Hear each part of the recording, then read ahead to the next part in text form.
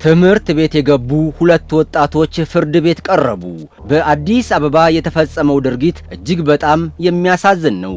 እንዴት ሰው የወንድም እህቶቹን የእውቀት ቤት ትውልድ በሚቀረጽበት ቦታ ይህን ሊያደርግ ይችላል? ከፖሊስ የተገኘው መረጃ እንደሚያስረዳው ግለሰቦቹ ወደ ትምህርት ቤት የሄዱት ለመማር አሊያም ለሌላ ጉዳይ አልነበረም።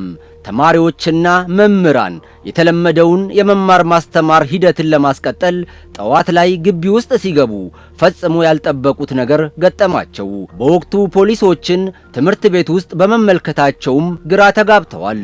ለመሆኑ የተፈጠረው ጉዳይ ምንድነው?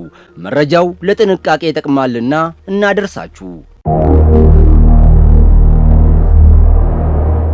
እነዚህ ሁለት ግለሰቦች ክንፈ አማረና አሸናፊ ጎይቶም ይባላሉ።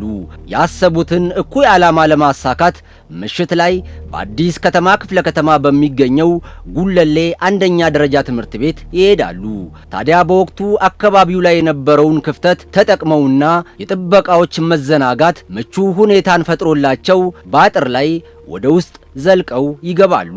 ማንም ያያቸው ሰው አልነበረም። ከቆይታ በኋላ ያቀዱትን ሁሉ ፈጽመው በያዙት ተሽከርካሪ ተሳፍረው ለማምለጥ ሲሞክሩ ያልጠበቁት ነገር ገጠማቸው።